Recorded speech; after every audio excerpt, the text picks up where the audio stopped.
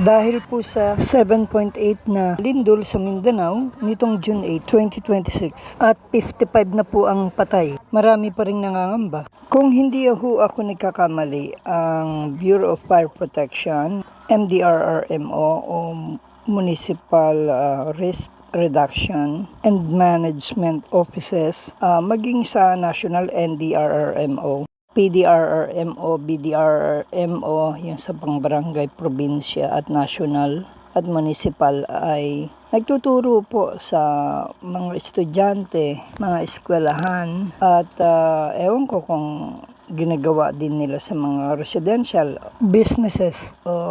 But I probably ginagawa din through the barangay yung pagtuturo kung paano magsisilikas sa panahon ng lindol, kasi mabilis lamang ho ang lindol at bagamat mararamdaman mo yan, kung medyo mahina o malakas, kahit pa 7 point something or 8 or 9, gagalaw, pwede ka pang tumakbo sa unang uga, ikalaw at patuloy na pag-uga. Makakatakbo ka pa ng siguro mga 10 seconds or 20 or 30 seconds, dapat lumabas ka na ng bahay at yung hawakan yung ulo, then yung muko at parang pato na lumabas at pumunta sa ligtas na lugar, sa open field, open space, mula sa classroom, sa loob ng bahay. So kaya nung minsan at ilang beses lumindol, takbo kaagad, sabi ko, sa labas sa mga anak ko rin. And then makikita mo na nasa labas yung mga tao sa aming kapitbahayan. So ganun po yung tama. Or kung nasa building naman na mataas at di ka makakalabas kagad, maghanap ka ng matibay-tibay na mapagtataguan mo. Hawakan pa rin ang ulo at sa ilalim ng lamesa na bakal o kahoy na matibay para bumagsak man, ligtas ka, bagamat mas mahirap sa building kung maipit ka. Katulad na nangyari sa ginagawang building sa Balibago, Angeles, Pampanga, kung saan nasa 30 na ang namatay na naipit, no, mula sa ilalim na bumagsak na ongoing project na hotel. So may mga problema dyan, may kahinaan yan, kaya bakit kumulaps. So I hope maimbestigan at maipatupad yung tamang measure para sa mga building na ina-inspect kada araw ng engineer or nung engineering office ng bayan o ng munisipyo o ng city, para siguradong tama. Well, dito sa mga eskwelahan, bagamat marami tayong nakikita pag tayo nagbibisita bago po magpasukan or ongoing ang klase or brigada eskwela, nakikita natin mga lumang building. Although sinasabi naman ng mga teacher kung ano yung mga nire-request nila sa atin bilang mamamahayag, na pag ini-interview natin sila, nire-requestan na nila ng bagong building, yung luma na dilapidated. Meron din pong mga bahay na hindi na pwedeng paupahan dahil baka babagsak na, mahina na, magapok na, maanay na. So condemned building na yon.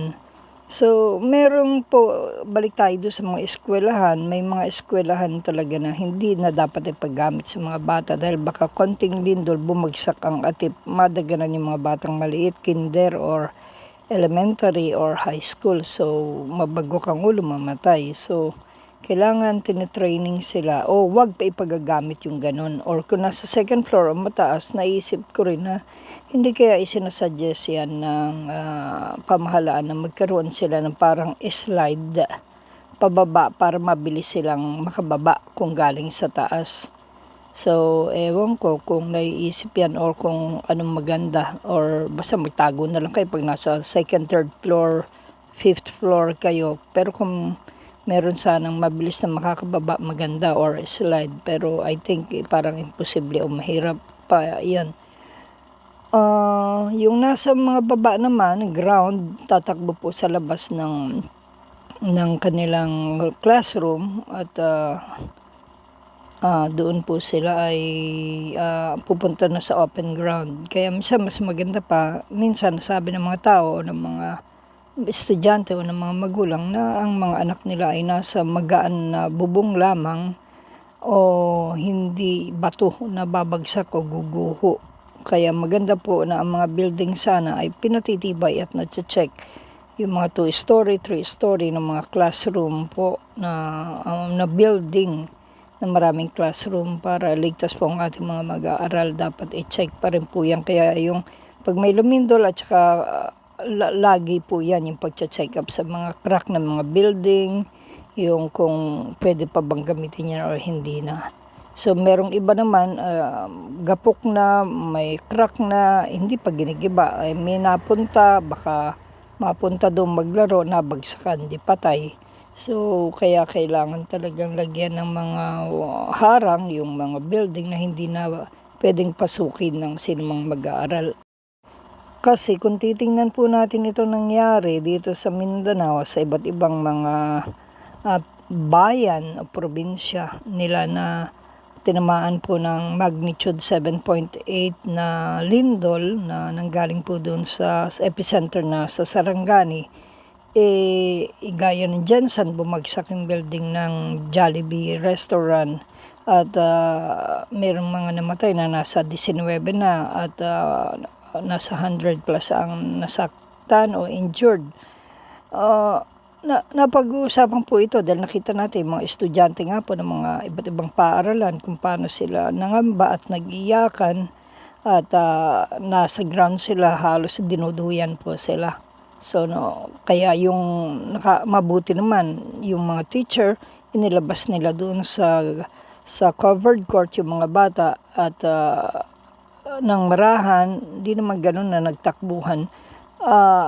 Dahil baka magiba yung covered court kung saan sila yung nagdadaos ng orientation o meeting because first day ng klase ng taong ito 2026 to 2027 school year. So opening ng classes June 8, 2026. So ito yung nangyari yung malakas na lindol po doon sa Mindanao.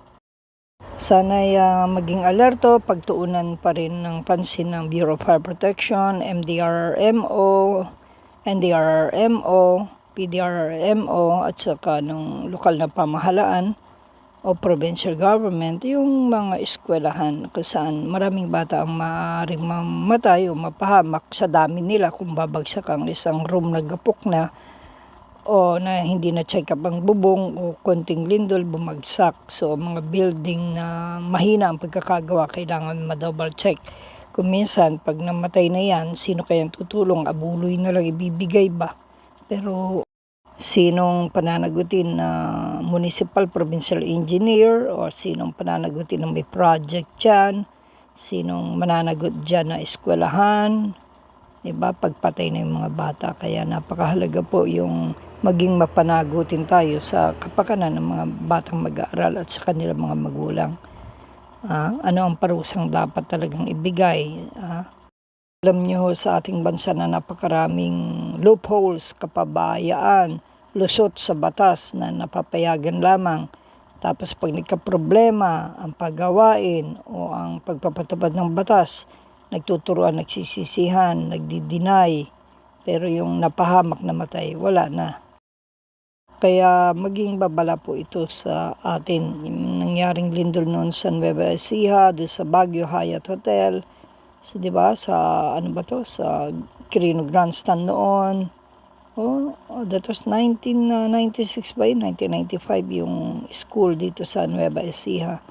At nung lindol, kaya mahalaga po na maging maingat tayo, mapagbantay ang kinauukulan. Ang video po na ito na ating napanood ay galing po sa isa sa pinangyarihan ng lindol na iyan sa Mindanao, sa Lumigo Elementary School ng Barangay Alegado, Glan, Sarangani Province. Ito po yung naganap nung unang araw kahapon ng pasukan ng klase, June 8, 2026 at about 7:37 ng umaga, kung saan 19 ang namatay at nasa mahigit 100 ang injured ayon sa tala ng NDRRMO.